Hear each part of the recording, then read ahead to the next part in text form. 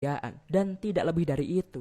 Donnelly menguraikan 13 hipotesis tentang Atlantis. Ia percaya bahwa Atlantis yang dibilang Plato itu ada beneran dan beranggapan jika jajaran dewa Yunani sebenarnya adalah raja dan ratu dari negara kepulauan ini. Dia juga percaya bahwa semua orang purba dari Semit, Indo-Eropa dan ras Turania semuanya berasal dari Atlantis. Donnelly menuliskan, ada ketidakpercayaan yang tumbuh dari ketidaktahuan, serta skeptisme yang lahir dari kecerdasan. Orang-orang yang paling dekat dengan masa lalu tidak selalu mereka yang paling terinformasi tentang masa lalu. Ia juga menyamakan cerita Atlantis dengan cerita kota hilang Pompei dan kota kuno Herculaneum. Ketiga kota ini digambarkan sama, kota luar biasa yang hilang ditelan bumi. Namun walau Pak Donnelly sendiri masih bingung mencari bukti nyata dari teorinya, karyanya ini malah menjadi sangat berpengaruh, khususnya bagi orang yang percaya akan kehadiran Atlantis. Salah satu penulis yang terinspirasi dari buku Pak Donnelly adalah penulis bernama James Crawford yang menulis tentang kehadiran sebuah benua yang hilang, bernama benua Mu atau Lemuria.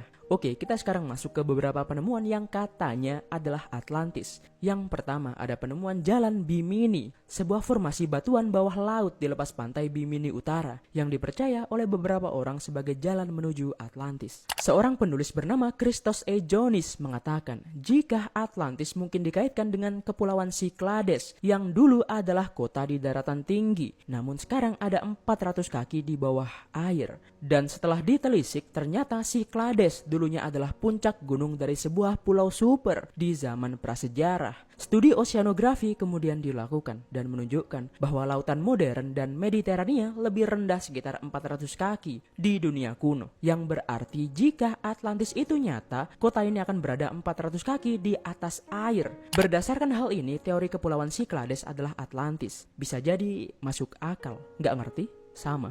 Nah, pendapat Johnny sedikit berbeda dengan Plato. Jika Plato bilang Atlantis tenggelam di lautan karena gempa, Jonis berkata jika Atlantis mengalami banjir yang sangat dalam yang membuat kota megah ini tenggelam ke lautan. Dan belum berhenti sampai situ. Sebuah studi DNA dilakukan oleh University of Washington dan mereka menyimpulkan bahwa setelah permukaan laut di Mediterania mulai naik, beberapa orang Atlantis bermigrasi untuk menghindari genangan air dan mereka pergi ke Pulau Kreta. Jonis menambahkan jika mereka semua akhirnya mendirikan sebuah peradaban baru bernama peradaban Minoa. Kalau kalian penasaran dengan pemikiran Pak Jonis, bisa baca bukunya yang berjudul Atlantis The Find of Lifetime.